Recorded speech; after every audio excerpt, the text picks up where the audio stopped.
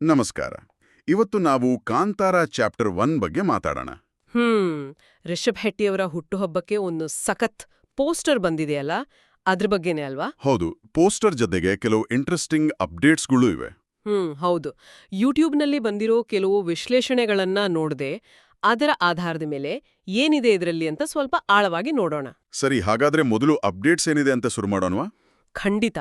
ಮೊದಲನೇದಾಗಿ ಶೂಟಿಂಗ್ ಪೂರ್ತಿ ಮುಗ್ದಿದ್ಯಂತೆ. ಓ, great news! ಈಗ ಪೋಸ್ಟ್ ಪ್ರೊಡಕ್ಷನ್ ಕೆಲಸ ಅಂದ್ರೆ VFX ಮತ್ತೆ ಡಬ್ಬಿಂಗ್ ಇದೆಲ್ಲ ಜೋರಾಗಿ ನಡೀತಿದೆಯಂತೆ. ಅಂದ್ರೆ ಸಿನಿಮಾ ಬೇಗ ಬರೋ ಸಾಧ್ಯತೆ ಇದೆ ಅಲ್ವಾ? ಹೌದು, ಹಂಗನ್ಸುತ್ತೆ. ಇನ್ನು ಸಿನಿಮಾದಲ್ಲಿ ಒಂದು ದೊಡ್ಡ ಯುದ್ಧದ ಸೀನ್ ಇದೆ ಅಂತ ಹೇಳ್ತಿದ್ದಾರೆ. ಹೌದಾ?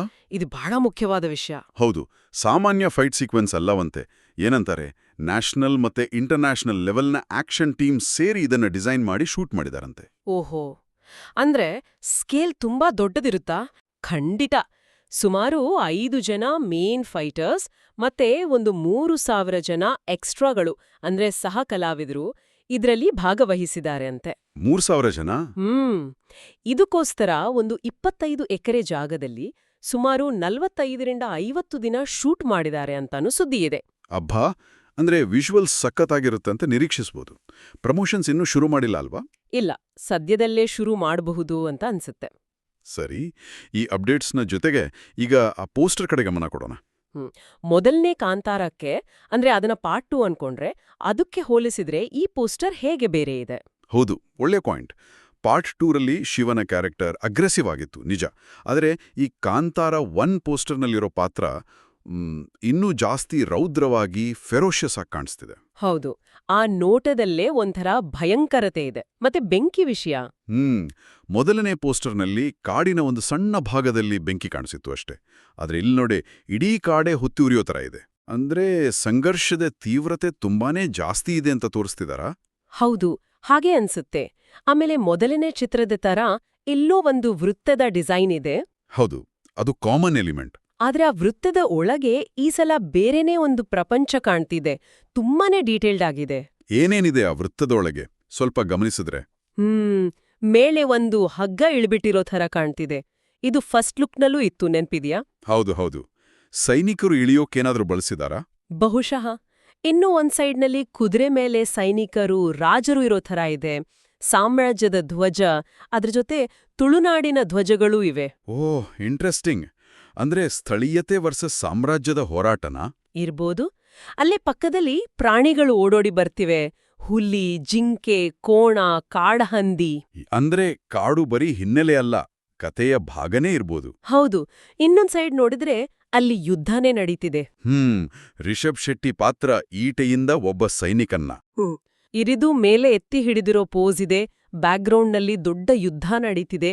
ಒಂದು ಕೋಟೆ ತರ ಕಾಣ್ತಿದೆ. ಮತ್ತೆ ಕೆಳಗೆ ಒಂದು ಗುಂಪು ಕಾಡಿನ ಜನರ ತರ ಕಾಣ್ತಿದ್ದಾರೆ. ಕತ್ತಿ, ಗುರಾಣಿ ಎಲ್ಲ ಹಿಡ್ಕೊಂಡು ಮುನ್ನುಗ್ಗಿ ಬರ್ತಿದ್ದಾರೆ. ಹೌದು. ಸ್ವಲ್ಪ ದೂರದಲ್ಲಿ ರಾಜರಥ ಕೂಡ ಇದೆ. ಏನೋ ಉತ್ಸವದ ಥರನೂ ಕಾಣ್ತಿದೆ. ಸುತ್ತಮುತ್ತ ಜನ, ಪ್ರಾಣಿಗಳು ಓಡಾಡ್ತಿದ್ದಾರೆ. ಕಾಡಿಗೆ ಬೆಂಕಿ ಹತ್ತಿದೆ. ಒಂಥರ ಕೆಯಾಟಿಕ್ ಆಗಿದೆ ಸೀನ್. ಈ ಎಲ್ಲಾ ಡೀಟೇಲ್ಸ್ ಇಟ್ಕೊಂಡು ಕಥೆ ಬಗ್ಗೆ ಏನಾದ್ರೂ ಗೆಸ್ ಮಾಡ್ಬೋದಾ? ಸೆಟ್ಟಿಂಗ್ ಏನು? ನೋಡಿದ್ರೆ ಇದು ಪ್ರಾಚೀನ ಕಾಲದ್ದು, ಬಹುಶಃ ಕದಂಬರ ಕಾಲದ್ದು ಇರಬಹುದು ಅಂತ ಅನ್ಸುತ್ತೆ. ಒಂದು ಕಡೆ ಕಾಡು, ಕಾಡಿನ ಜನ. ಇನ್ನೊಂದ್ ಕಡೆ ಒಂದು ದೊಡ್ಡ ಸಾಮ್ರಾಜ್ಯ, ಅದರ ರಾಜ. ಹೌದು.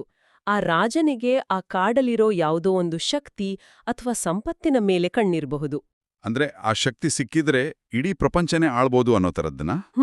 ಸಾಧ್ಯತೆ ಇದೆ. ಆದ್ರೆ ಕಾಡಿನ ಜನ ಇದಕ್ಕೆ ಒಪ್ಪಲ್ಲ. ತಮ್ಮ ಕಾಡು, ಜೀವನ ಹಾಳಾಗುತ್ತೆ ಅಂತ. ಅದಕ್ಕೆ ಇಬ್ಬರ ನಡುವೆ ಯುದ್ಧ. ಹೌದು, ರಾಜ ವರ್ಸಸ್ ಕಾಡಿನ ಜನ. ಇದು ಕೇವಲ ಭೂಮಿಗಾಗಿ ಅಲ್ಲ, ಅಸ್ತಿತ್ವಕ್ಕಾಗಿ, ನಂಬಿಕೆಗಾಗಿ ನಡೆಯೋ ಹೋರಾಟದ ತರ ಕಾಣ್ತಿದೆ. ಅದರಲ್ಲಿ ರಿಷಬ್ ಶೆಟ್ಟಿ ಪಾತ್ರ? ಅವರ ಪಾತ್ರ ಈ ಕಾಡಿನ ಜನರಿಗೆ ಧೈರ್ಯ ತುಂಬಿ ಅವರ ಜೊತೆ ನಿಂತು ಹೋರಾಡೋ ನಾಯಕನ ತರ ಇರ್ಬೋದು. ಪೋಸ್ಟರಲ್ಲಿ ನೋಡಿದ್ರೆ ಪ್ರಾಣಿಗಳು ಸಹಾಯ ಮಾಡೋ ಸಾಧ್ಯತೆ ಇದೆ. ದೊಡ್ಡ ಸೈನ್ಯದ ವಿರುದ್ಧ ಸಾಮಾನ್ಯ ಜನ ಮತ್ತೆ ಪ್ರಕೃತಿ ಒಟ್ಟಾಗಿ ಹೋರಾಡೋದು. ಇದು ಸಖತ್ ಇಂಟ್ರೆಸ್ಟಿಂಗ್ ಆಗಿರುತ್ತೆ. ಹೌದು. ಇದ್ರ ಜೊತೆಗೆ ಇದು ಪಂಜುರ್ಲಿ ದೈವದ ಒರಿಜಿನ್ ಸ್ಟೋರಿ ಇರ್ಬೋದಾ ಅನ್ನೋ ಚರ್ಚೆನೂ ಇದೆ. ಓ ಹೌದಾ? ಅದು ನಿಜ ಆದ್ರೆ ಕಥೆಗೆ ಇನ್ನೊಂದು ಲೇಯರ್ ಸಿಗುತ್ತೆ. ಕಥೆಯ ಮೂಲ ಥೀಮ್ ಅಂದ್ರೆ ಕಾಡು, ಜನ, ರಾಜ, ಅಧಿಕಾರದ ಆಸೆ ಇದೆಲ್ಲ ನಮ್ಗೆ ಗೊತ್ತಿರೋದೇ ಆದ್ರೂ ಕಾಂತಾರದ ಪ್ರೆಸೆಂಟೇಷನ್, ಆ ಅನುಭವ ಇದೆಯಲ್ಲ, ಹೌದು, ಅದು ಇದನ್ನ ವಿಶೇಷ ಮಾಡುತ್ತೆ. ಖಂಡಿತ ನಿರೂಪಣೆ ಮತ್ತೆ ವಿಜುವಲ್ಸ್ ಬೇರೆ ಲೆವೆಲ್ನಲ್ಲಿ ಇರುತ್ತೆ ಅಂತ ನಿರೀಕ್ಷಿಸ್ಬೋದು. ಒಟ್ನಲ್ಲಿ ಈ ಪೋಸ್ಟರ್ ಮತ್ತೆ ಅಪ್ಡೇಟ್ಸ್ ನೋಡಿದ್ರೆ ಈ ಸಿನಿಮಾ ಕೇವಲ ಒಂದು ಯುದ್ಧದ ಕಥೆನಾ ಅಥವಾ ಇದಕ್ಕೂ ಮೀರಿ ಏನಾದ್ರೂ ಆಳವಾದ ಅರ್ಥ ಇದೆಯಾ? ಅದೇ ಪ್ರಶ್ನೆ. ಇದು ಬರೀ ಅಧಿಕಾರಕ್ಕಾಗಿ ನಡೆಯೋ ಭೌತಿಕ ಸಂಘರ್ಷಣನಾ ಅಥವಾ ನಂಬಿಕೆ, ಸಂಸ್ಕೃತಿ, ಪ್ರಕೃತಿಯ ಅಸ್ತಿತ್ವಕ್ಕೆ ಸಂಬಂಧಪಟ್ಟ ತಾತ್ವಿಕ ಹೋರಾಟನಾ? ಕಾದ್ ನೋಡ್ಬೇಕು. ಇದರ ನಿಜವಾದ ಆಯಾಮಗಳು ಏನಿರಬಹುದು ಅನ್ನೋ ಕುತೂಹಲ ಅಂತೂ ಇದ್ದೇ ಇದೆ.